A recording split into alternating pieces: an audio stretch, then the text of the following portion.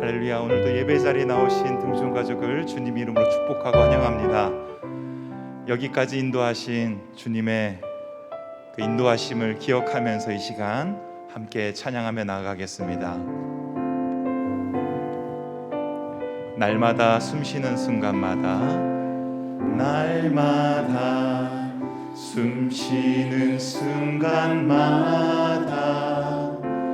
내 앞에 어려운 일 보내 주님 앞에 이 몸을 맡길 때 슬픔 없네, 두려움 없네.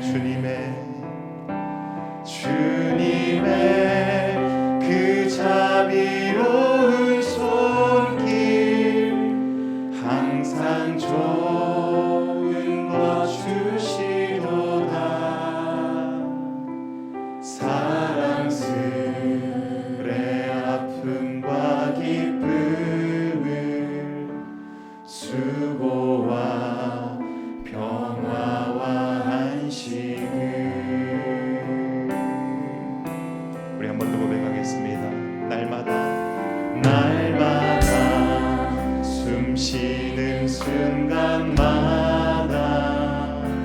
내 앞에 어려운 일 보내 주님 앞에 이 몸을 맡길 때 슬픔 없네, 두려움 없네. 주님의 그 자비로운 손길 항상 좋은 것 주시도다. 사랑스레 아픔과 기쁨을, 수고와 평화와 안식. 날마다 주님 내 곁에 계셔. 날마다 주님 내 곁에 계셔. 자비로 날 감싸주시네. 주님 앞에 이 몸을 맡길 때 힘주시네, 위로함 주네. 어린 나를 품에 안으시사 항상 평안함 주시도다. 내가 살아 숨을 쉬는 동안 살피신다 약속하사. 인생의 어려운 순간마다, 어려운 순간마다 주의 약속 생각해보네. 내 맘속에 믿음 잃지 않고 주님 말씀 속에 위로를 얻네. 주님의 도우심 바라보며 모든 어려움이 이리로다. 흘러가는 순간순간마다 주님 약속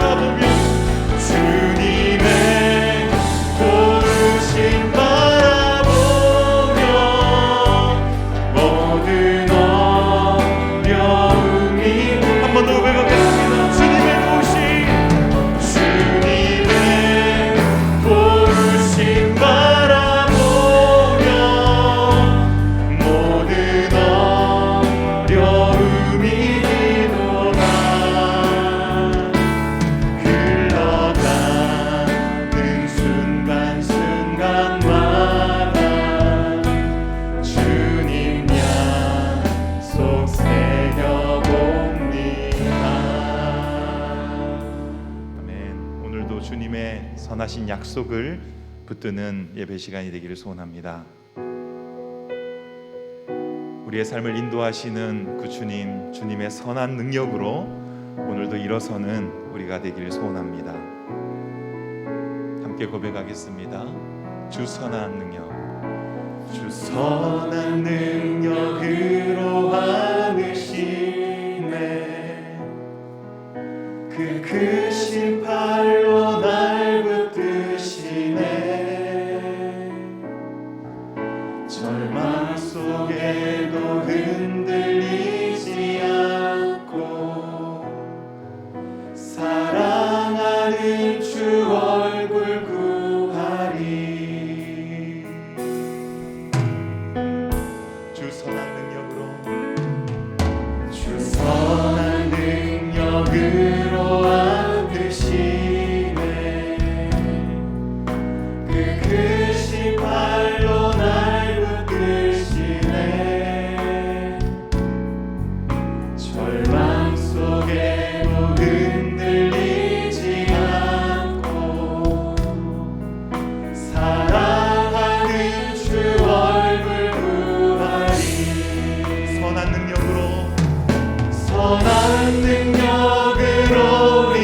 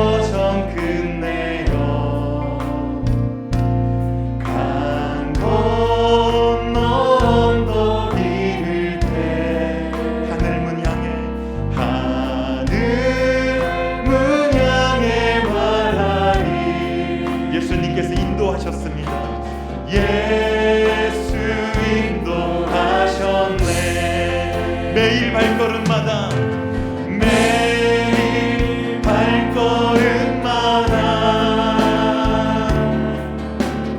예수 인도하셨네. 나의 무거운 죄 짐을 모두 벗고 가는 말 예수 인도하셨네. 이 가시 박힌 인생을 이 가시 박힌 인생을 허덕이면서 갈 때에 시험과 환난 많으나 예수 인도하셨네. 내 밝은 발걸음마다 내 밟은 발걸음마다 주 예수 보살피시사 승리의 해가 부르며 예수를 찬송하리라. 매일 발걸음마다 매일 발걸음마다 예수 인도하셨네. 나의 무거운 죄 짐을 모두 벗고 가는 말 예수 인도하셨네. 매일 우리의 발걸음마다 매일 발걸음마다 우리 주님이 인도하십니다. 예수 인도하셨네. 나의 무거운 죄 짐을 모두 벗고 가는 말 예수 인도하셨네.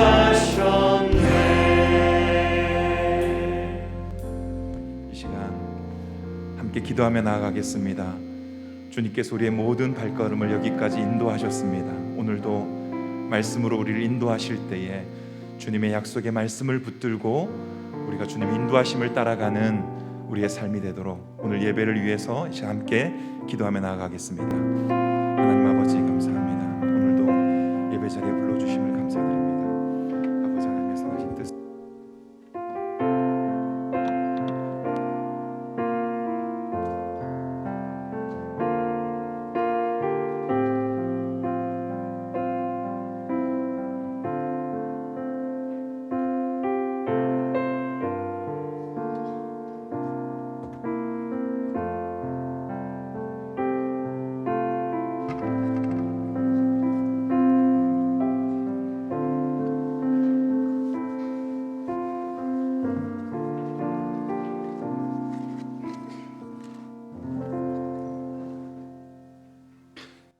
너희 권능 있는 자들아 영광과 능력을 여호와께 돌리고 돌릴지어다. 여호와께 그의 이름에 합당한 영광을 돌리며 거룩한 옷을 입고 여호와께 예배할지어다. 아멘.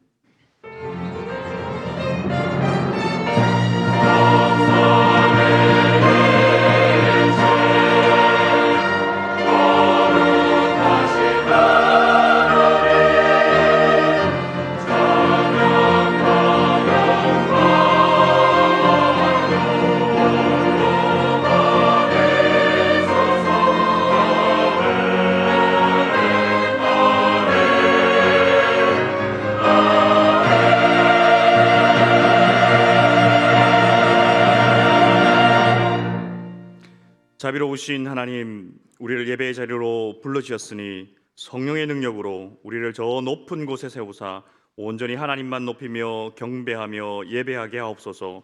예수님의 이름으로 기원하옵나이다. 아멘. 일어서시겠습니다.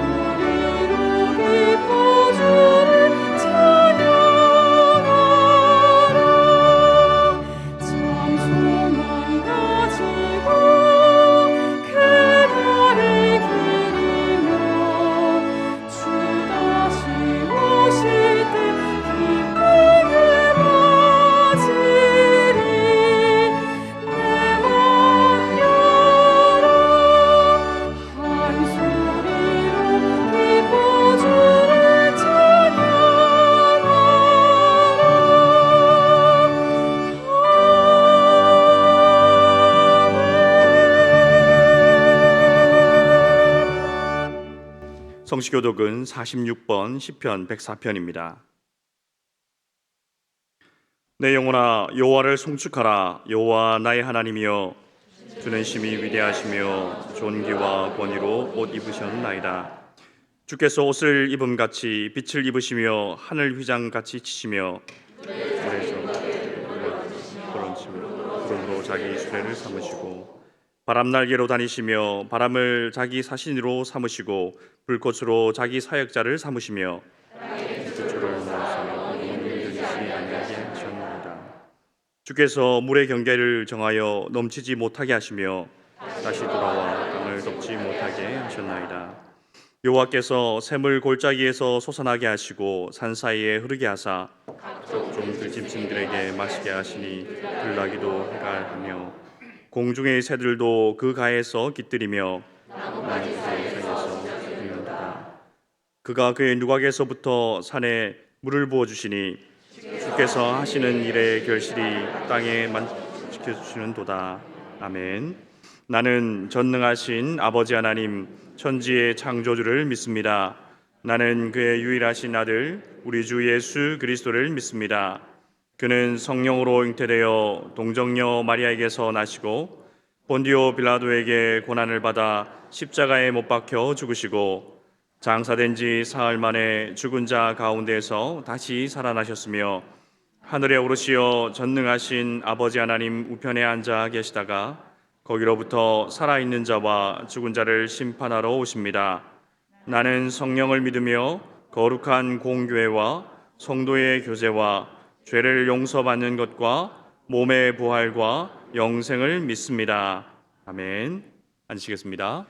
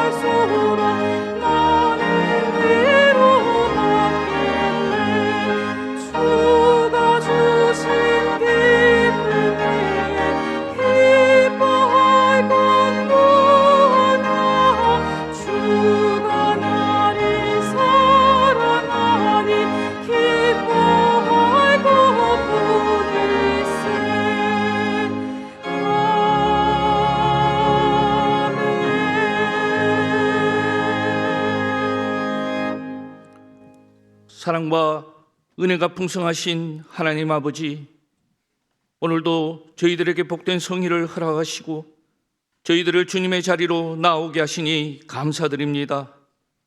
저희들을 하나님의 형상을 따라 창조하시고 이 땅에서 아버지의 뜻과 계획 아래 우리의 삶을 인도해 가시니 감사합니다. 아버지께서 주시는 은혜에도 불구하고 지난 한 주를 돌아보면 여전히 나태하고 부끄러운 모습뿐입니다.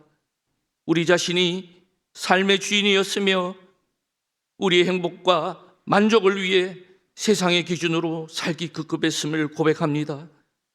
우리의 연약함으로 말씀에 온전히 순종하지 못했음을 이 시간 회개하오니 아버지 용서하여 주시옵소서. 믿음 없는 저희들을 긍휼히 여기셔서 굳건히 세상을 이길 힘을 주시고 오직 주님만을 바라보게 하시며 믿는 자로서 본이 되는 믿음 생활을 잘할 수 있도록 도와주시옵소서. 아버지 은혜를 항상 기억하게 하시고 날마다 주님을 사랑하고 감사할 줄 아는 저희들이 되게 하옵소서. 우리의 일상 속에서 하나님의 사랑을 발견하며 작은 것에 감사하는 저희들이 되게 하옵소서. 세상의 가치관으로 우리를 오염시키지 않게 하시고 말씀 위에 믿음과 거룩과 순종으로 예수님의 성품을 닮아가게 하시고 거룩하신 하나님의 자녀로 이 땅에서 생명을 풍성히 누리며 살아가는 등촌의 성도들이 되게 하옵소서. 주님의 마음을 심은 이 땅에 복음의 씨를 뿌리게 하시고 십자가의 사랑으로 세우신 등촌교회에 오직 하나님께 영광을 일하는 비전을 주심을 감사합니다. 하나님의 뜻을 이루어 그리스도와 하나 되게 하시고 관계가 회복되어 영과 진리로 예배하는 교회가 되게 하옵소서. 기뻐하며 복음을 증거하고 말씀을 듣고 배우고 순종하며 이웃을 진정으로 사랑하고 섬기어 하나님께 영광 돌리는 교회가 되게 하옵소서. 우리 교회를 통하여 사랑의 복음이 널리 전파되게 하옵시고 세상 사람들에게 그리스도의 거울이 되며 축복의 통로가 되게 하여 주시옵소서. 예수님이 우리 안에 거하고 우리 안에 예수님이 거하여 예수님의 온유와 겸손의 마음을 품는 등촌의 성도들이 되기를 원합니다. 예수님처럼 믿음의 말, 소망의 말, 사랑의 말을 하는 등촌의 성도들이 되기를 원합니다. 현실의 상황을 두려워하지 않고 세상을 부러워하지 않으며 신앙생활을 지겨워하지 않고 영적 전투의 삶을 힘들어지지 않는 두부지임의 은혜를 허락하여 주시고 오직 예수님 안에 거하여 평안과 찬양과 감사와 기쁨이 넘치는 평창간교의 삶이 되게 하옵소서. 이 나라의 영적인 황무함을 긍휼히 여겨주시옵소서. 위정자들이 하나님을 경외하며 정의를 행하는 위정자들이 되기를 원합니다. 한국교회를 지켜주시고 한국교회가 거룩한 영성을 회복하여 빛과 소금의 역할을 잘 감당할 수 있도록 도와주시옵소서. 하나님 중심, 교회 중심, 말씀 중심의 건강한 교회들이 세워지는 은혜를 허락하여 주시옵소서. 우리 등촌의 성도들을 위하여 기도합니다.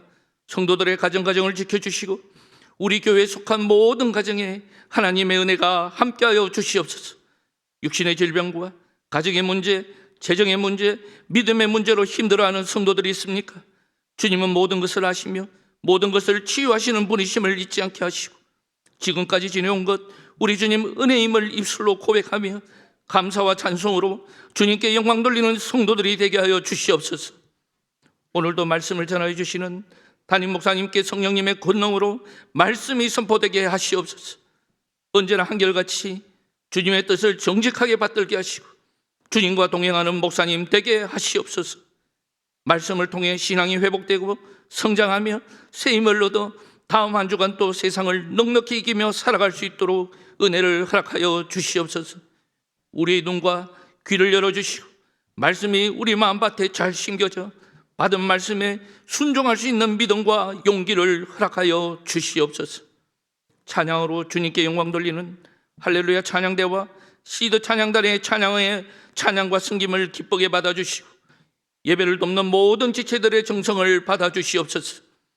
사람의 제일 되는 목적인 하나님을 영화롭게 하며 영원토록 그를 즐거워하는 예배자가 되기를 간절히 빌고 원하며 우리 주 예수 그리스도 이름으로 기도드리옵나이다. 아멘.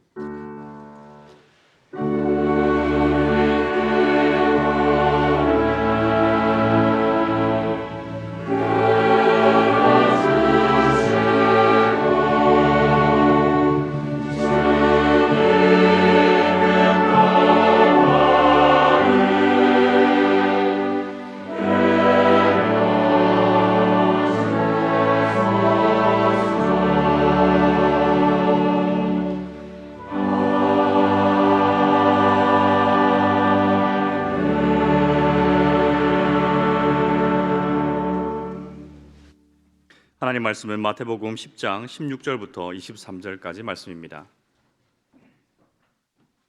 제가 봉독하겠습니다. 보라, 내가 너희를 보냄이 양을 이리 가운데에 보냄과 같도다. 그러므로 너희는 뱀같이 지혜롭고 비둘기같이 순결하라. 사람들을 삼가라. 그들이 너희를 공회에 넘겨주겠고 그들의 회당에서 채찍질하리라. 또 너희가 나로 말미암아 총독들과 임금들 앞에 끌려가리니 이는 그들과 이방인들에게 증거가 되게 하려 하심이라. 너희를 넘겨줄 때에 어떻게 또는 무엇을 말할까 염려하지 말라. 그때에 너희에게 할 말을 주시리니 말하는 이는 너희가 아니라 너희 속에서 말씀하시는 이 곧 너희 아버지의 성령이시니라. 장차 형제가 형제를, 아버지가 자식을 죽는 데 내어주며 자식들이 부모를 대적하여 죽게 하리라. 또 너희가 내 이름으로 말미암아 모든 사람에게 미움을 받을 것이나 끝까지 견디는 자는 구원을 얻으리라. 이 동네에서 너희를 박해하거든 저 동네로 피하라. 내가 진실로 너희에게 이르노니 이스라엘의 모든 동네를 다 다니지 못하여서 인자가 오리라. 아멘.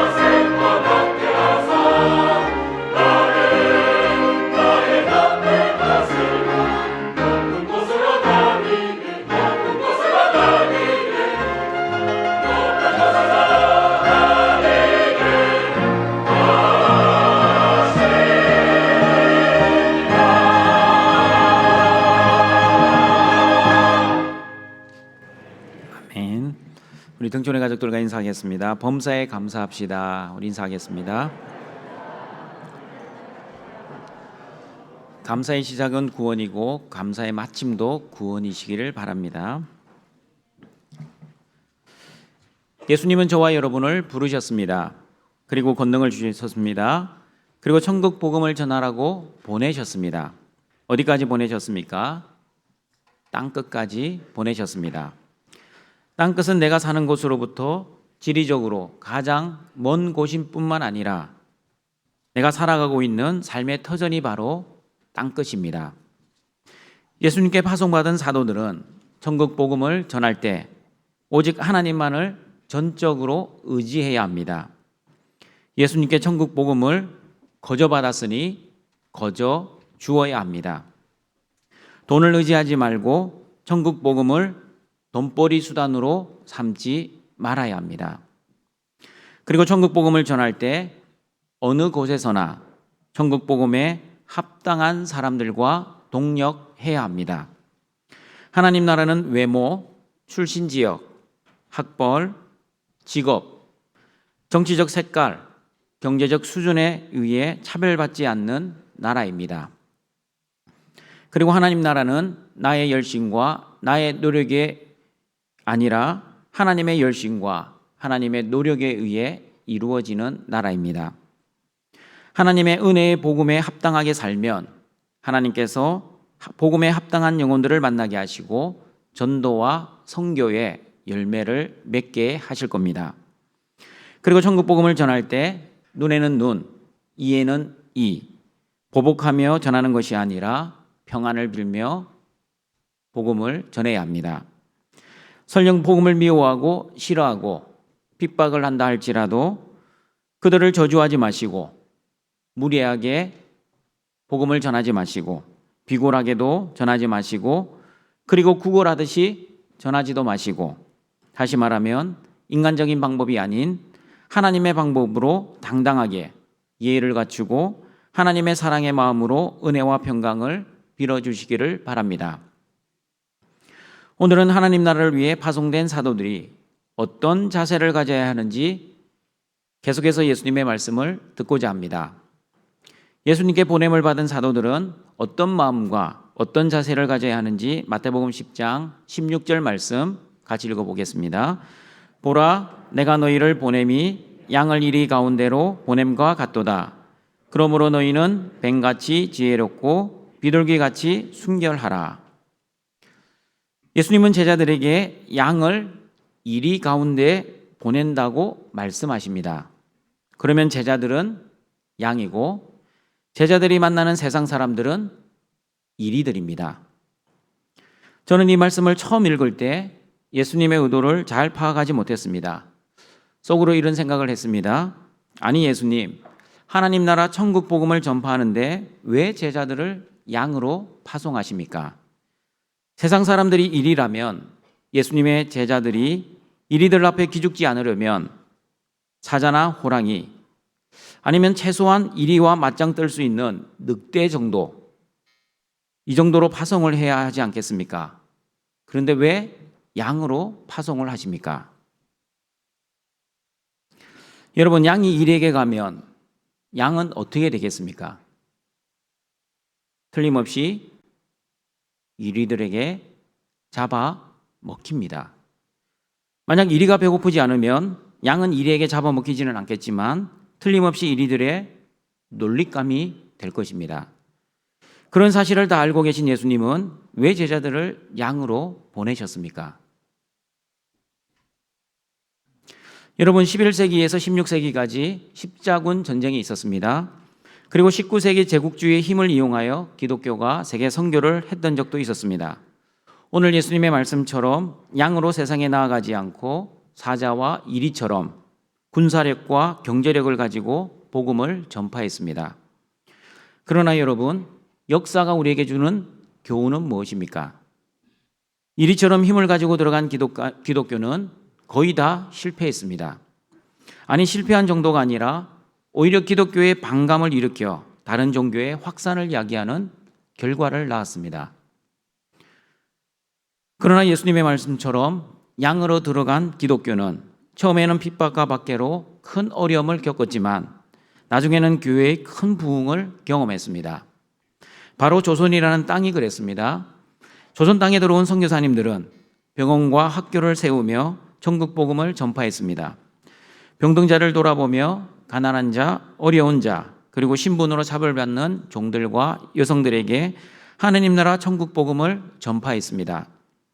그러므로 천국 복음은 양들에 의해 전파되는 것이지 절대 사자나 호랑이에 의해 전파되지 않는다는 것을 우리나라 기독교 역사를 통해 알 수 있습니다. 그러므로 여러분, 예수님의 제자들을 파송하실 때 사자나 이리가 아니라 양으로 보내신 이유는 예수님의 십자가로 이루어지는 하나님 나라의 원리를 알려주시기 위함이셨습니다. 하나님 나라는 예수님에 의해 이루어지는 나라입니다. 그러므로 예수님이 어떻게 하나님 나라를 이루셨는지를 보면 하나님 나라가 어떤 나라인지를 정확하게 이해할 수 있습니다. 예수님이 공생의 사역을 위해 광야에서 40일 금식 기도를 할 때 마귀는 예수님께 나타나 마태복음 4장 5절 6절에서 이렇게 유혹했습니다. 같이 읽어봅니다.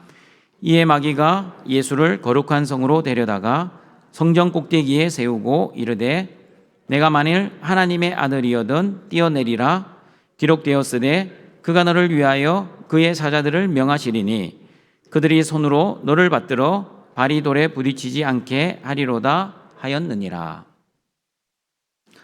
여러분, 만약 예수님이 마귀의 말대로 성전 꼭대기에서 뛰어내리셨다면, 가정입니다, 사실이 아니라, 예수님은 어떻게 됐을 것 같습니까? 여러분이 좋아하는 객관식으로 드립니다. 1번 떨어져 죽으셨다. 2번 마귀의 말대로 천사들이 예수님을 죽지 않게 받아주셨다. 답은 몇 번입니까? 답은 2번. 한 분만 2번입니까? 저도 2번이라고 생각합니다. 왜 2번입니까? 예수님이 사역도 하기도 전에 죽으시면 안 되기 때문입니다. 40일 금식기도는, 광야의 금식기도는 예수님의 사역 시작하기 직전입니다. 저와 여러분의 죄를 위해 십자가에서 죽으셔야지 마귀의 시험으로 성전 꼭대기에서 떨어져 죽으시면 예수님이 오신 목적을 달성하지 못하게 되는 것입니다. 인간적인 단어로 이야기하면 그냥 개죽음입니다. 그러므로 여러분, 예수님이 성전 꼭대기에서 뛰었습니다. 그리고 천사들이 와서 받쳐주었습니다. 그리고 수많은 이스라엘 백성들이 그 모습을 직접 눈으로 보았습니다. 그러면 이스라엘 백성들의 반응이 어떠했을 것 같습니까? 아니, 저렇게 높은 데서 뛰어내리는데 죽지도 않고 그것도 천사가 와서 받쳐줄 정도면 하나님이 보내신 메시아 그리스도가 틀림없어 하면서 백성들은 예수 그리스도, 예수 그리스도, 예수 그리스도 하면서 한 호성을 외쳤을 겁니다. 이 소문은 온 이스라엘에 삽시간에 퍼져나갔습니다. 그리고 이스라엘 백성들은 드디어 다윗 왕국이 다시 회복된다는 기쁨으로 예수님을 왕으로 삼으려고 했을 겁니다. 가는 곳곳마다 여러분도 같이 한번 해보십시오. 예수 그리스도, 예수 그리스도, 예수 그리스도. 여러분보다 유대인들은 아마 더 큰 소리로 했을 겁니다. 그들이 그토록 기다리던 메시아가 오셨기 때문입니다.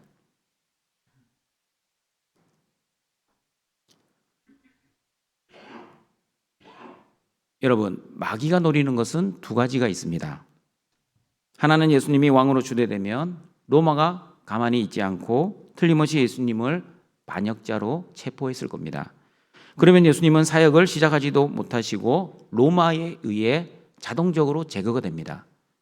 그리고 마귀의 두 번째 노림수는 예수님을 이스라엘 왕으로 추대하면 예수님이 이 땅에 오신 목적을 완전히 망각시킬 수 있었습니다. 여러분, 예수님이 오신 목적이 무엇입니까? 마태복음 20장 28절을 보시면 예수님이 이 땅에 오신 목적을 이렇게 말씀합니다. 같이 읽어봅니다. 인자가 온 것은 섬김을 받으려 함이 아니라 도리어 섬기려 하고 자기 목숨을 많은 사람의 대속물로 주려 함이니라. 예수님은 섬김을 받는 세상의 왕, 권력을 가진 왕, 힘과 능력으로 세상을 통치하는 왕으로 오신 것이 아니라 섬기는 왕, 자기 목숨을 많은 사람의 대속물로 주기 위한 왕으로 오셨습니다. 이사야 선지자는 섬기는 왕으로 오신 그리스도에 대해 이렇게 이사야 53장 6절과 7절에서 말씀하셨습니다. 같이 읽어봅니다. 우리는 다 양 같아서 그릇 행하여 각기 제 길로 갔거늘 여호와께서는 우리 모두의 죄악을 그에게 담당시키셨도다. 그가 곤욕을 당하여 괴로울 때에도 그의 입을 열지 아니하였으며 마치 도수상으로 끌려가는 어린 양과 덜 깎는 자 앞에서 잠잠한 양같이 그의 입을 열지 아니하였도다. 여러분, 실제 양은 도살을 당할 때 다른 짐승들처럼 소리를 지르지 않는다고 합니다. 예수님도 십자가의 죽음 앞에서 죽어가는 어린 양처럼 한마디 억울한 비명도 외치시지 않으셨습니다. 하나님, 억울합니다. 왜 죄를 지은 저 사람들을 죽이지 아니하시고 왜 죄 없는 나를 죽이십니까? 왜 나에게 이런 고통을 주십니까? 이런 억울함을 호소하시지 않으셨습니다. 그리고 여러분, 이런 일도 있었습니다. 예수님이 겟세마네 동산에서 잡히실 때 베드로는 예수님을 잡으러 온 사람의 칼을 빼앗아 대제사장의 종의 귀를 칼로 베었습니다.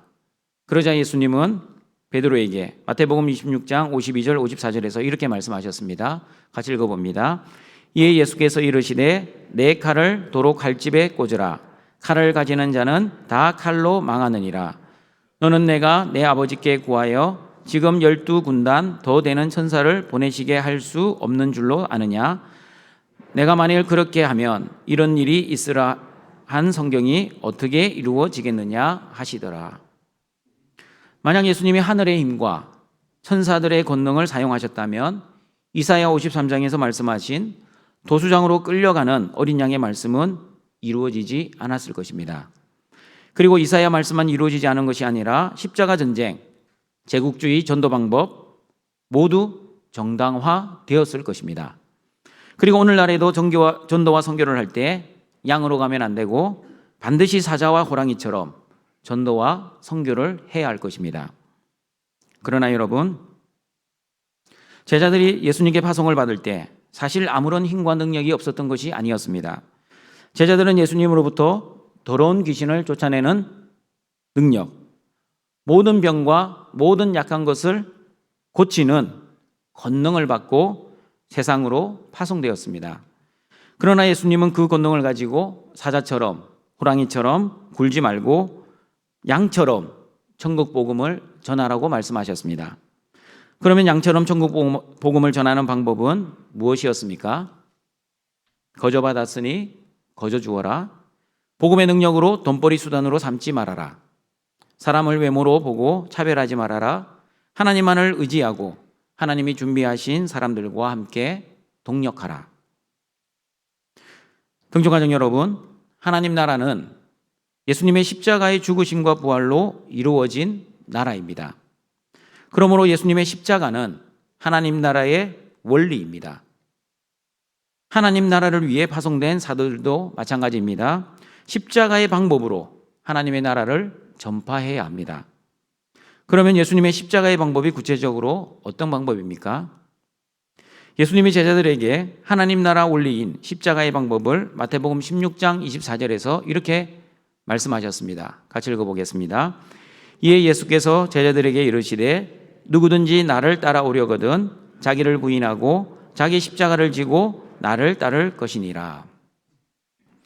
여러분, 하나님 나라는 예수님의 십자가로 이루어지는 나라이기 때문에 그 하나님의 나라를 전파하기 위해 파송받은 저와 여러분은 첫 번째, 어린 양이신 예수님처럼 자기를 부인하며 천국 복음을 전파해야 합니다.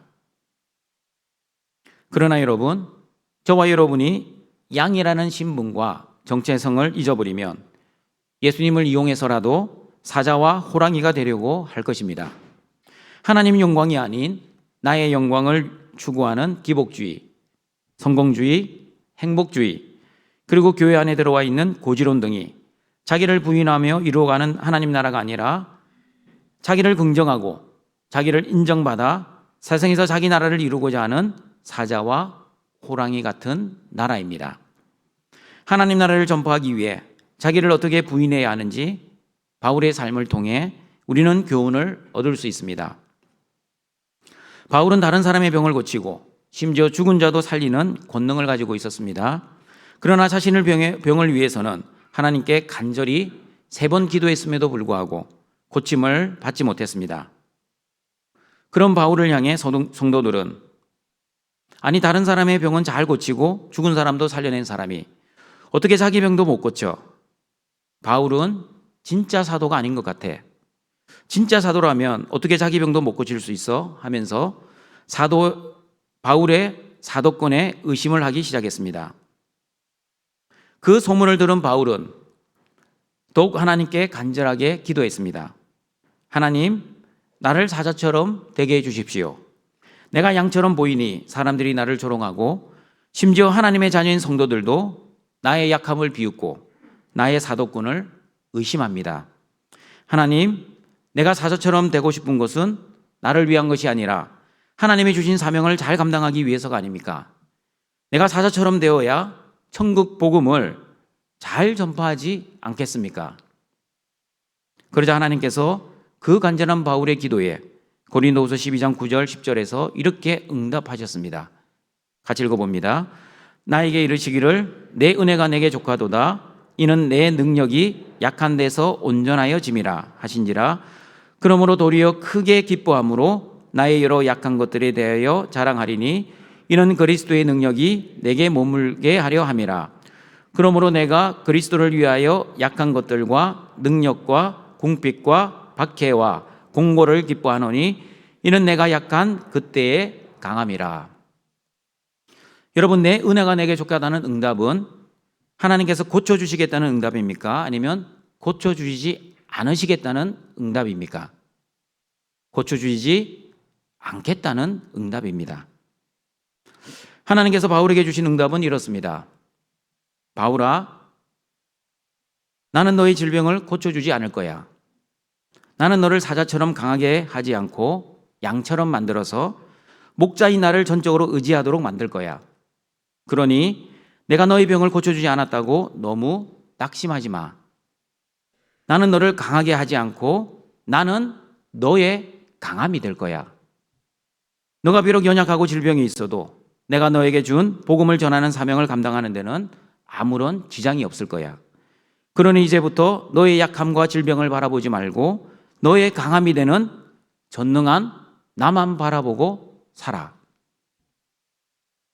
여러분, 하나님으로부터 이런 응답을 받은 바울은 더 이상 질병으로 고민하거나 비관하거나 그리고 치료를 위해서 기도하지 않았습니다. 오히려 크게 기뻐했습니다. 왜냐하면 내 능력은 양처럼 약하지만 사자보다 전능하신 하나님이 나의 목자가 되시고 나의 강함이 되시기 때문에 하나님이 주신 사명을 감당하는데 질병은 이제 더 이상 아무런 장애가 되지 않았습니다. 바울은 사자와 호랑이가 아니라 양처럼 살았지만 어느 사자와 호랑이보다 더 큰 능력과 더 큰 권능을 가지고 천국 복음을 전하며 살았습니다. 어떻게 이런 권능을 가질 수 있었습니까? 바울의 능력이 아니었습니다. 오직 그리스도의 능력이 바울에게 항상 머물러 있었기 때문입니다. 그러므로 바울은 자신의 삶 속에 약한 질병과 연약함이 있어도 그리고 능력과 궁핍과 박해와 공고를 심하게 받아도 자신의 신세를 타령하거나 하나님께 원망하거나 불평하거나 그러지 않고 오히려 믿음으로 하나님의 은혜로 크게 기뻐하며 살았습니다. 왜냐하면 그리스도가 바울의 강함이 되셨기 때문입니다. 그러므로 동청가족 여러분, 여러분도 바울처럼 연약한 것을 많이 가지고 있습니까? 세상에 자랑할 것 그리고 내세울 것이 하나도 없습니까? 그럼에도 불구하고 낙심하지 마십시오. 그리고 절망하지도 마십시오. 저와 여러분은 바울처럼 연약하고 부족해도 저와 여러분에게는 예수님 안에 천국 영생이 있고 그리고 그 천국 영생을 담대하게 전할 수 있는 하나님의 동력자로 불러주셨기 때문입니다. 천국 복음은 여러분의 상황이나 여러분의 환경이나 여러분의 상태에 따라 천국 복음이 전해지는 것이 아닙니다. 천국 복음은 나의 능력이 아니라 그리스도의 능력으로 전파되는 것입니다. 그러므로 저와 여러분에게는 예수 그리스도의 복음과 예수 그리스도의 능력이 있습니다. 믿으십니까? 그러면 저와 여러분 안에 있는 예수 그리스도의 능력으로 천국 복음을 담대하게 전하시는 우리 등촌의 가족들이 되시기를 바랍니다. 그리고 예수 그리스도를 전할 때 사자와 호랑이처럼 자기가 가지고 있는 힘과 능력을 자랑하며 자기를 긍정하며 전하지 마시고 어린 양 대신 예수님의 십자가의 죽으심처럼 자기를 부인하며 나의 강함이 되시는 그리스도의 능력을 온전히 의지하며 천국 복음을 전하는 우리 등촌의 가족들이 되시기를 바랍니다. 그리고 하나님 나라는 예수님의 십자가로 이루어지는 나라이기 때문에 그 하나님 나라를 전파하기 위해 파송받은 저와 여러분은 두 번째, 어린 양이신 예수님처럼 자기 십자가를 지며 천국 복음을 전파해야 합니다. 마태복음 16장 24절 다시 읽어보겠습니다. 이에 예수께서 제자들에게 이르시되 누구든지 나를 따라오려거든 자기를 부인하고 자기 십자가를 지고 나를 따를 것이니라. 여러분, 성도들이 신앙생활을 하면서 십자가에 대한 오해를 하는 것이 있습니다. 십자가의 첫 번째 오해는 내가 지금 당하고 있는 모든 고난과 어려움이 십자가라고 생각합니다. 목사님, 저희 남편이 저의 십자가입니다. 평생 나를 고생시키고 힘들게 했습니다. 저 인간이 언제 철들지 모르겠습니다. 목사님, 저의 오랜 지병이 십자가입니다. 그리고 목사님, 저 자식 새끼들이 저의 십자가입니다. 라고 말을 많이 들었습니다. 그 말을 들을 때마다 저는 이렇게 대답해 드립니다. 그것은 당신의 십자가가 아니라 당신의 현실의 상황일 뿐입니다. 어떤 사람은 현실의 상황을 문제로 생각하는 사람이 있습니다. 그러나 바울 같은 사람, 하나님의 은혜를 아는 사람은 어떠한 현실의 상황이라도 그 상황을 문제로 만들지 않고 십자가로 만들지 않습니다. 조금 전에 살펴본 바울의 고백처럼 하나님의 은혜를 받은 성도는 아무리 현실의 상황이 힘들고 어려워도 내 은혜가 내게 족합니다라는 고백으로, 믿음으로 살아냅니다. 여러분, 무슨 차이가 있습니까? 어떤 사람은 똑같은 현실의 상황을 문제로 삼는 사람이 있고 어떤 사람은 현실의 상황을 문제로 삼지 않는 사람이 있습니다. 무슨 차이입니까? 경제력의 차이입니까? 건강의 차이입니까? 그렇지 않습니다. 하나님 은혜의 차이입니다. 하나님의 은혜로 현실의 상황을 보면 문제를 문제로 그리고 십자가로 바라보지 않습니다. 바울처럼 십자가의 눈으로 현실을 바라보면 합력하여 선을 이루어 가시는 하나님의 은혜를 바라봅니다. 그러나 하나님의 은혜 없이 자신의 뜻과 자신의 생각으로 현실의 상황을 바라보면 문제만 보이고 문제를 일으키시고 그 문제를 주관하시는 하나님은 바라보지 못하고 현실의 고통에 압도당해 세상의 영광을 부러워하며 힘들게 살아갈 것입니다. 그러므로 등촌의 모든 가족들은 현실의 상황을 문제로 삼지 말고 하나님의 은혜의 도구, 연단과 훈련의 도구로 삼아 합력하여 선을 이루어 가시는 하나님만을 바라보며 믿음으로 살아내시는 등촌의 가족들이 되시기를 바랍니다. 그리고 십자가의 두 번째 오해는 성도들이 십자가를 내려놓고 십자가를 벗어버리는 것이 하나님의 은혜라고 생각합니다. 그러나 여러분, 예수님이 어떻게 말씀하셨습니까? 성경을 제대로 보십시오. 성경은 십자가를 내려놓지도 말고 십자가를 벗어버리지도 말고 오히려 그 십자가를 지고 예수님을 따라오라고 하셨습니다. 하나님이 주신 십자가를 지지 않고 벗으려고 하면 하나님의 뜻을 반대하는 잘못된 삶을 살아가게 될 것입니다. 하나님은 저와 여러분에게 십자가를 주시면서 십자가를 지라고 하시는데 저와 여러분은 자꾸 그 하나님의 뜻을 저버리고 십자가를 벗어버리려고만 하면 여러분 어떻게 되겠습니까? 이렇게 하나님의 뜻과 정반대로 살아가니 신앙이 자라지 않고 믿음 생활이 힘들어집니다. 하나님이 원하시는 뜻대로 살지 않고 자꾸 내 뜻대로 살아가려고 하니 신앙생활에 감사와 기쁨도 없고 항상 신앙생활이 그렇게 오래 했음에도 불구하고 지겨워지고 힘들어지고 어려워지는 것입니다. 그러면 여러분, 십자가를 진다는 말씀은 정확하게 무슨 뜻입니까? 사서 고생하라는 뜻입니까? 아니면 성도는 편안하게 살면 안 되고 항상 힘들고 어렵고 고통스럽고 고생하며 살아야 합니까? 그렇지 않습니다. 그러니 자기가 당하는 현실과 고난을 다 십자가라고 오해를 합니다. 여러분, 십자가를 지라는 뜻이 무슨 뜻인지 갈라디아서 2장 20절에 정확하게 나와 있습니다. 같이 읽어보겠습니다. 내가 그리스도와 함께 십자가에 못 박였나니 그런즉 이제는 내가 사는 것이 아니요 오직 내 안에 그리스도께서 사시는 것이라. 이제 내가 육체 가운데 사는 것은 나를 사랑하사 나를 위하여 자기 자신을 버리신 하나님의 아들을 믿는 믿음 안에서 사는 것이라. 십자가를 지라는 뜻은 내가 그리스도와 함께 십자가에서 죽으라는 뜻입니다. 다시 말씀드립니다. 십자가를 지라는 뜻은 내가 그리스도와 함께입니다. 여러분, 중요한 것이 그리스도와 함께입니다. 그리스도와 함께 십자가에서 죽으라는 뜻입니다. 그러므로 여러분 조심해야 합니다. 그리스도와 함께를 빼어버리고 내가 십자가에서 죽으면 안 됩니다. 그러면 내가 죽었기 때문에 자신의 공로와 자신의 의를 자랑하고 자기처럼 십자가에서 죽지 않는 성도들을 보면 반드시 비판하고 정죄합니다. 그러므로 반드시 그리스도와 함께 십자가에서 죽어야 합니다. 그리스도와 함께 십자가에서 죽어야만 자신의 공로와 자신의 의를 자랑하지 않습니다. 그리고 그리스도가 나를 죽여주셨기 때문에 나를 드러내지 않고 오직 예수님만을 드러내고 예수님만을 자랑할 것입니다. 그러므로 여러분, 십자가에서 그리스도와 함께 죽으면 그래서 내가 살지 않습니다. 오직 그리스도가 내 안에서 살아가십니다. 그러므로 십자가에서 그리스도와 함께 죽은 사람은 예수님의 마음과 예수님의 말과 그리고 예수님의 행동을 하지 않을 수밖에 없게 되어 있습니다. 하기 싫어도 예수님의 마음, 예수님의 말, 예수님의 행동을 할 수밖에 없게 됩니다. 그리고 십자가에서 그리스도와 함께 죽은 사람은 예수님을 믿는 믿음으로 사는 사람입니다.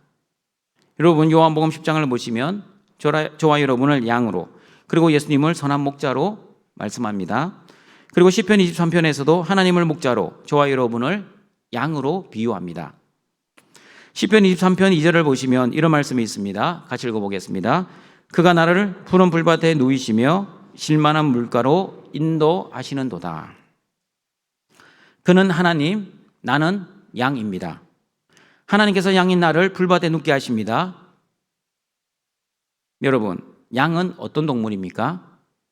풀밭에 누울 수 있는 동물입니까? 아니면 누우면 안 되는 동물입니까? 양은 풀밭에 누우면 안 되는 동물이 아니라 풀밭에 누우면 큰일 나는 동물입니다. 사자와 호랑이 그리고 이리 같은 동물은 풀밭에 누울 수 있습니다. 그러나 양과 노루, 사슴, 토끼 이런 동물들은 풀밭에 누울 수가 없습니다. 왜 누울 수가 없습니까? 누워서 자다간 사자와 이리, 늑대의 먹잇감이 됩니다. 그러므로 항상 양들은 누워서 쉬지도 못합니다. 항상 경계하고 항상 조심해야만 겨우겨우 목숨을 부지할 수 있습니다. 그런데 시편 23편 2절의 말씀을 보시면 양들이 누워 있습니다. 왜 누워 있습니까? 목자 대신 하나님이 나를 인도하시고 나를 보호하시고 나를 지켜주시기 때문입니다. 등중가족 여러분, 이런 모습이 바로 믿음입니다. 너희는 무엇을 먹을까? 무엇을 마실까? 무엇을 입을까를 염려하지 말라고 하셨는데 환경이 조금 힘들어지면 그리고 통장의 잔고가 떨어지면 우리는 염려하고 또 염려하고 또 염려합니다. 왜 염려합니까? 우리의 생존을 책임지시는 하나님을 말로는 믿는다고, 예배드릴 때는 믿는다고 고백하지만 실제 삶의 현장에서는 예수님을 믿지 않고 살아가기 때문입니다. 성경 말씀과 현실의 상황이 일치한다는 믿음이 없습니다. 그러면서 하는 말, 제가 이런 말 많이 들었습니다. 목사님, 성경 말씀은 말씀이고 현실은 현실입니다. 목사님은 저희들처럼 직장생활 안 해보셔서 모릅니다. 요즘같이 힘든 상황 속에서는 목사님도 현실성 있는 그런 말씀을 해 주셨으면 고맙겠습니다. 등촌가족 여러분, 맞습니다. 저는 여러분의 현실을 잘 모릅니다. 그러나 여러분의 현실은 잘 모르지만 하나님의 말씀은 여러분보다 조금 더 알고 있습니다. 그리고 하나님의 말씀이 여러분의 현실 속에서도 여전히 움직이시고 여전히 역사하시고 그 하나님의 말씀대로 여러분의 현실과 역사가 이루어져 간다는 그 믿음이 저에게는 있습니다. 만약 여러분의 현실과 하나님의 말씀이 다르다면 여러분은 왜 예수님을 선한 목자라고 믿습니까? 만약 예수님을 나의 주와 그리스도로 믿지 못하신다면 여전히 예수님을 믿는 것이 아니라 믿는 척하면서 실제로는 여러분의 현실을 믿고 있고 그리고 여러분이 가지고 있는 돈을 믿고 있는 것은 아닌지 여러분의 믿음을 한번 점검해 보시길 바랍니다. 그러면 여러분, 제가 그래서 누누이 강조하고 있지 않습니까? 십자가에서 기절만 하지 마시고 제발 그리스도와 함께 십자가에서 죽으십시오. 예수님을 믿는 척만 하지 마시고 제발 여러분의 삶의 현장에서 그 예수님을 믿으십시오. 십자가에서 죽어야만, 여러분이 죽지 마십시오. 그리스도와 함께 죽으십시오. 그리스도와 함께 십자가에서 죽어야만 예수님이 내 안에 사실 수 있고 예수님을 진정으로 그리고 믿어야만 예수님이 나의 목자라는 믿음으로 현실을 바라보지 않고 하나님만 바라보고 살아갈 수 있게 됩니다. 등촌가족 여러분, 천국 복음을 전할 때도 마찬가지입니다. 목사님, 교회의 부정적인 이미지, 특별히 목사님들에 대한 부정적인 이미지 때문에 전도하기가 너무 힘듭니다. 복음을 전했는데 거절당할 것에 대한 두려움이 있습니다. 먹고 살기 너무 바쁜 현실에 목사님, 전도할 시간이 없습니다. 그리고 어떻게 전도해야 할지 방법도 모르겠습니다. 여러분, 십자가에서 기절만 한 성도는 전도가 안 되는 이유와 핑계만 찾을 겁니다. 그러나 십자가에서 완전히 죽은 성도, 예수님 안에 거하는 성도, 그리고 예수님을 믿는 믿음으로 사는 성도는 하나님의 은혜를 구하며 하나님의 지혜를 구하며 그리고 하나님의 사랑의 마음으로 구체적인 방법들을 찾아갈 것입니다. 십자가에서 죽은 믿음의 사람은 안 된다는 구실과 핑계, 할 수 없다는 포기와 체념이 아니라 하나님이 주시는 은혜 안에서 할 수 있다는 담대한 믿음으로 하나님의 복음을 계속 전파할 것입니다. 등촌가족 여러분, 2022년 새생명 축제 프랜카드 드디어 내려졌습니다. 새생명 축제는 끝났습니다. 그러나 하나님 나라는 끝이 난 것이 아닙니다. 예수님이 재림하실 때까지 하나님 나라는 계속 확장되어야 합니다. 저와 여러분은 양으로 이리 같은 세상에 보냄을 받았지만 그러나 걱정하거나 염려하지 마십시오. 왜냐하면 우리에게는 선한 목자 되신 예수님이 우리를 지켜주시고 보호해 주시고 그리고 능력도 주시어 하나님의 나라의 동력자로 사용해 주실 것입니다.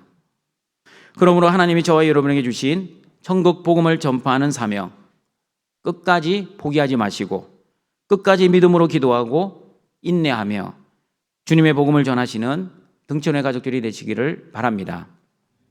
말씀을 정리하도록 하겠습니다. 예수님은 저와 여러분을 부르시고 천국 복음을 전하라고 권능을 주시고 세상으로 보내셨습니다. 예수님이 저와 여러분에게 주신 권능은 이리와 사자의 권능이 아니라 양의 권능입니다. 양의 권능은 세상을 지배하고 통치하고 군림하는 권능이 아니라 세상에서 자기를 부인하고 자기 십자가를 지는 권능입니다. 그러므로 양인 저와 여러분은 이리 같은 세상에서 십자가를 지신 예수님처럼 섬기고 희생하고 자기를 낮추며 복음을 전해야 합니다. 그러므로 세상에서 자기를 증명하거나 자기를 긍정하거나 자기 인정을 위해 살아가지 마시고 십자가를 지신 예수님처럼 자기를 부인하며 나의 강함이 되시는 그리스도의 능력만을 의지하시기를 바랍니다. 그리고 십자가에서 온전히 죽으신 예수님처럼 십자가에서 기절만 하지 마시고 그리스도와 함께 십자가에서 완전히 죽으시고 그리고 예수님이 나에게 주신 십자가를 벗으려고만 하지 마시고 예수님이 주시는 힘과 능력으로 거뜬히 자기 십자가를 지고 예수님을 따라가시기를 바랍니다. 그리고 나를 푸른 풀밭에 눕게 해주시는 선한 목자 되신 예수님, 나의 생존을 책임져 주시는 예수님을 믿는 믿음으로 세상의 염려와 걱정과 근심을 이겨내시고 항상 기뻐하시고 쉬지 말고 기도하시고 범사에 감사하시는 우리 등촌의 가족들이 되시길 바랍니다.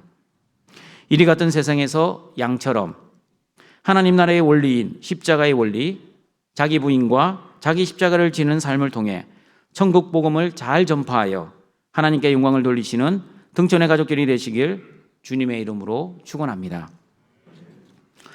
사랑과 자비가 풍성하신 하나님 아버지, 오늘도 십자가의 은혜를 의지하여 아버지 앞에 나와 신령과 진리로 예배를 드리오니 우리의 예배를 받아 주시옵소서. 천국 복음을 전하는 생명 축제는 끝나지 않았습니다. 예수님이 재림하실 때까지 천국 복음을 전해야 하는 등촌교회의 사명입니다. 모든 등촌의 가족들 땅끝까지 복음을 전하며 예수님 안에 있는 천국 영생을 전하며 살아갈 수 있게 하여 주시옵소서. 이리 같은 세상에 양의 권능으로 자기를 부인하고 자기 십자가를 지며 천국 복음을 전하게 하시고 나의 강함이 되시는 그리스도만을 의지하는 믿음, 양인 우리를 푸른 풀밭에 눕게 해주시는 하나님만을 전적으로 의지하여 세상의 염려와 근심을 이기며 승리하는 모든 등촌의 가족들 되게 하여 주시옵소서. 예수님의 이름으로 기도드립니다. 아멘.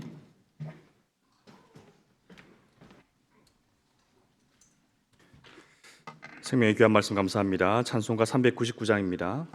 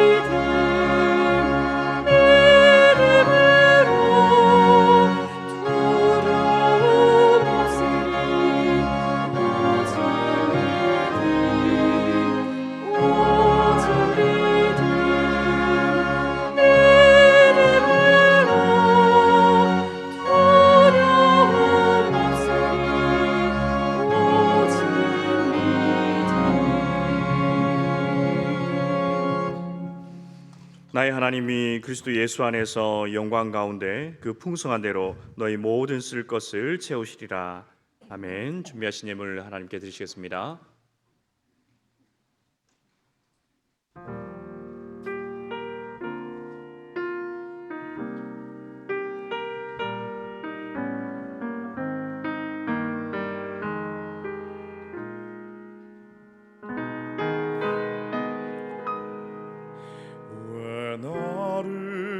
깊은 어둠 속에 홀로 두시는지 어두운 밤은 왜 그리 길었는지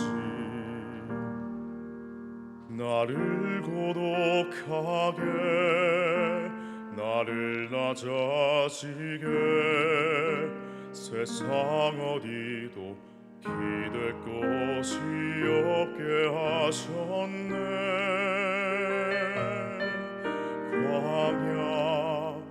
광야에 서 있네.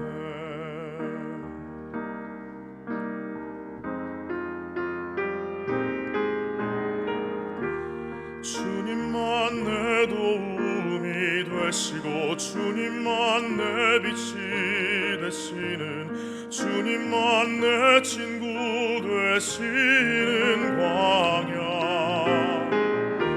주님 손 놓고는 단 하루도 살 수 없는 곳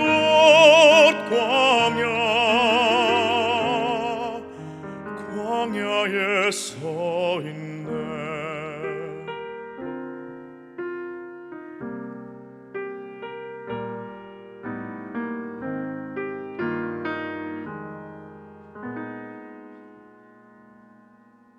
왜 나를 깊은 어둠 속에 홀로 두시는지 어두운 밤은 왜 그리 길었는지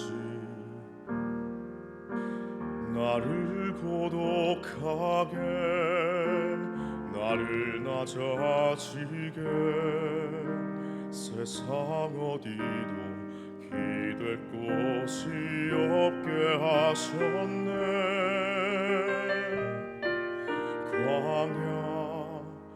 광야에 서 있네.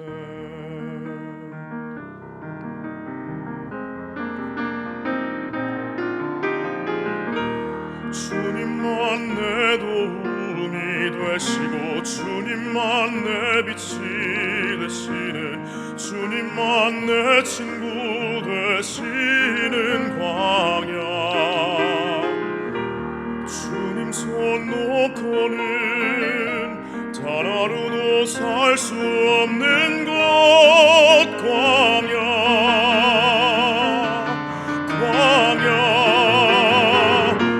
주께서 나를 사용하시려 나를 더 정결케 하시려 나를 택하여 보내신 그곳 광야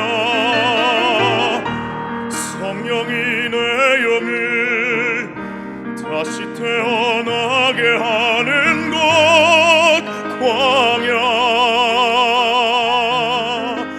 광야에 서 있네.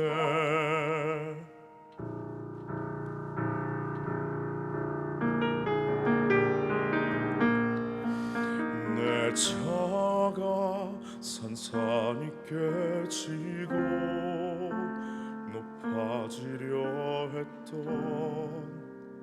내 꿈도 주님 앞에 내려놓고 오직 주님 뜻만 이루어지기를 나를 통해 주님만 드러나시기를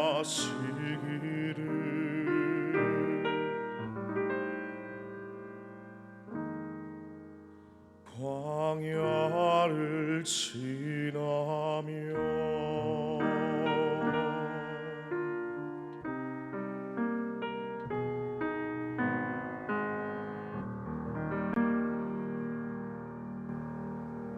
아멘. 우리를 창조하시고 구원하시고 보호하시고 인도하시고 공급하시는 아버지 하나님, 베풀어 주신 구원의 은혜에 감사하여 하나님의 주신 것을 구별하여 하나님 앞에 자원하는 마음으로 가지고 나와왔습니다.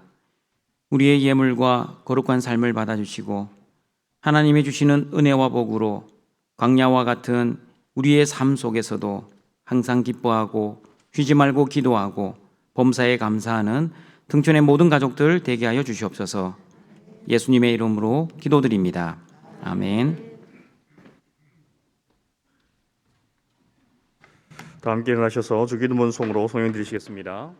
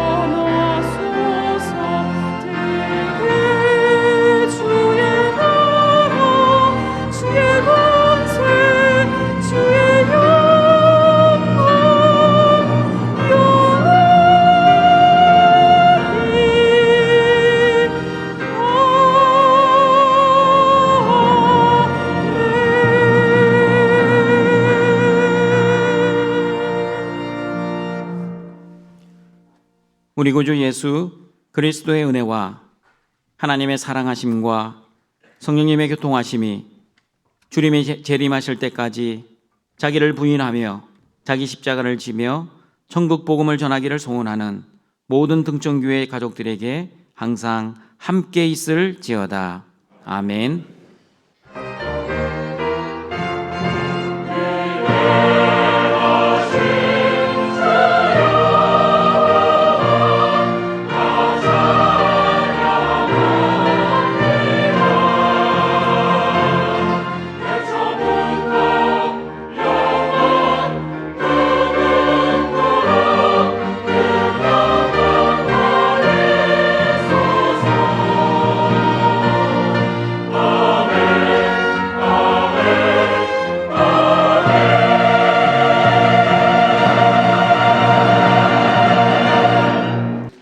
드리겠습니다. 오늘은 선교와 구제와 성경 고민은 주일입니다. 그리고 오늘 4시 10분 당회가 있습니다. 오늘 저녁 예배는 2청년의 헌신 예배로 드립니다. 그리고 2023년 큐티 교재 정기 구독 신청을 오늘까지 받고 있습니다. 사무실로 신청 바랍니다. 그리고 2023년 한 해 동안 주님이 주신 은사를 따라 교회와 지체를 섬길 일을 원하시는 분들은 우리 12월 11일 주일까지 봉사 지원서를 작성해서 내어주시길 바랍니다. 그냥 내지 마시고 반드시 기도하시고 하나님의 뜻을 따라 봉사 지원서를 적어주시길 바랍니다. 12월 1일 목요일은 연흥기도회가 있습니다. 다음 주일 저녁 예배는 3청년의 헌신 예배로 드립니다. 그리고 다음 주일 저녁 예배 후에는 제1기 등촌 부모학교 수료식이 있습니다. 그리고 은퇴 감사 예배가 있습니다. 12월 7일 수요일 저녁 7시 30분입니다. 우리 봉교회당에서 장로 2분, 집사 1분, 권사 9분 우리 은퇴 예배, 감사 예배가 있습니다.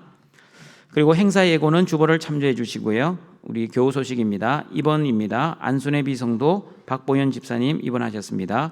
장례 광고입니다. 노성일 집사님, 민경희 A 집사님의 부친 우리 소전 받으셨습니다.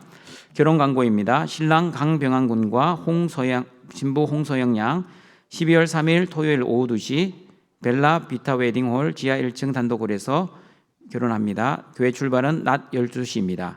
그리고 신랑 신하균 군과 신부 백지영 A 양 12월 3일 토요일 오후 6시 마곡 보타니 파크 웨딩홀에서 있습니다. 교회 출발은 오후 5시 20분입니다. 다 같이 일어나셔서 성도의 교제 찬양 드립니다.